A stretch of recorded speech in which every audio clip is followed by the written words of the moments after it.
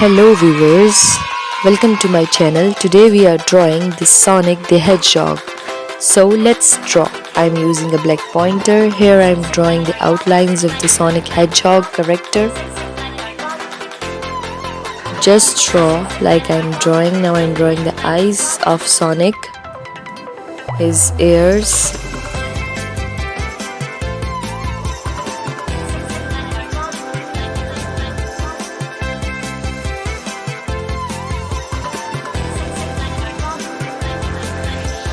I hope you like my drawings. If you like my drawings, give it a thumbs up and don't forget to subscribe for further future videos, and also give me some suggestions and any wishes of you for any drawings. I can draw anything you wish, so do comment.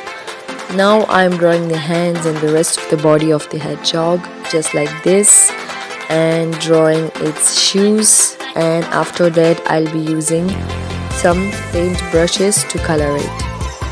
The markers in this video I am using are generally the brush paint markers having a brush like tip, so it's easier to color the character with such markers as it's type of a brush and it's very soft.